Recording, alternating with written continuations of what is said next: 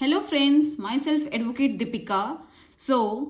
जैसे कि आप जानते हैं कि हम ऑलरेडी भारतीय साक्ष्य अधिनियम 2023 इसको हम डिस्कस कर रहे हैं सेक्शन वाइज।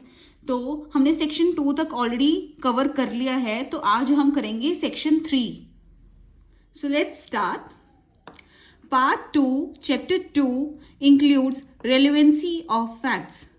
इसमें सेक्शन 3 to 50 सेक्शंस इंक्लूड होते हैं। So first is section 3. Section 3 talks about evidence may be given of facts in issue and relevant facts. इसका बेयर एक्ट में ऑलरेडी लिखा हुआ है कि evidence may be given in any suit or proceedings of the existence and non-existence of every fact in issue and of such other facts as are hereinafter declared to be relevant and no others.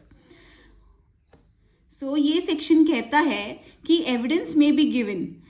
Evidence हम suit में भी दे सकते हैं, कोई भी suit में, proceedings में, existence या non existence of every fact and issue.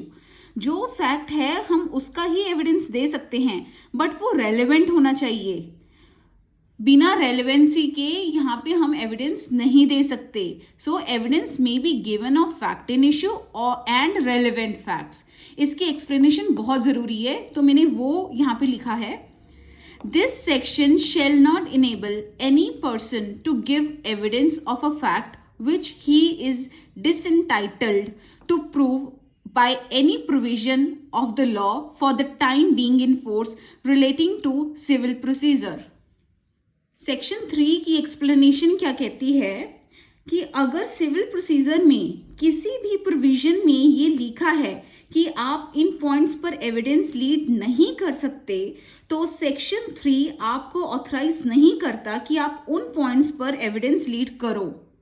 Section 3 में एक तो आप हेडिंग याद कर लो, और इसमें जो एक्सप्लेनेशन है वो बहुत ज़्यादा इम्पॉर्टेंट है, तो ये मैंने आपको समझा दिया। जुडिशरी में भी बहुत बार इसकी एक्सप्लेनेशन पूछी जा चुकी है, तो इसलिए ये याद रखना कि इसमें क्या कहा गया है कि अगर सिविल प्रोसीजर में किसी भी प्रोविजन में ये लिखा है कि आप उन पॉइंट्स पर एविडेंस लीड नहीं कर सकते, तो सेक्शन 3 आपको ऑथराइज नहीं करेगा कि आप उन पॉइंट्स पर एविडेंस लीड करो। जो सेक्शन 3 का बी पार्ट है वो क्या कहता है, आप बेयर एक्ट में उसकी लाइंस देख लो, बट उसको लेमन लैंग्वेज में आपको मैं समझा देती हूँ इजी वर्डिंग में।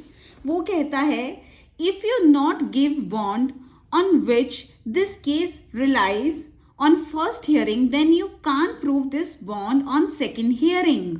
मतलब कि अगर आपने पहली हियरिंग में बॉन्ड नहीं दिया तो आप वो सेकेंड हियरिंग में बॉन्ड को प्रूफ नहीं कर सकते। Next section is section 4, relevancy of facts forming part of same transaction. ये section क्या कहता है, facts which though not in issue are so connected with the fact in issue as to form part of the same transaction are relevant, whether they occurred at the same time and place or at different time and place. section 4 क्या बोल रहा है कि ऐसे facts जो relevant नहीं हैं पर ट्रांजैक्शन का हिस्सा बन रहे हैं उसको हम रेलेवेंट कहेंगे। अगर आपको इन सेक्शन की एग्जांपल्स चाहिए, जो इलस्ट्रेशंस हैं उसको एक्सप्लेन करूं, आप ये चाहते हैं तो प्लीज़ कमेंट करके बताइए, तो मैं इसकी इलस्ट्रेशंस भी लेकर आऊँगी। I hope you like this lecture. Thank you. Next sections हम नेक्स्ट वीडियोज़ में डिस्कस करेंगे।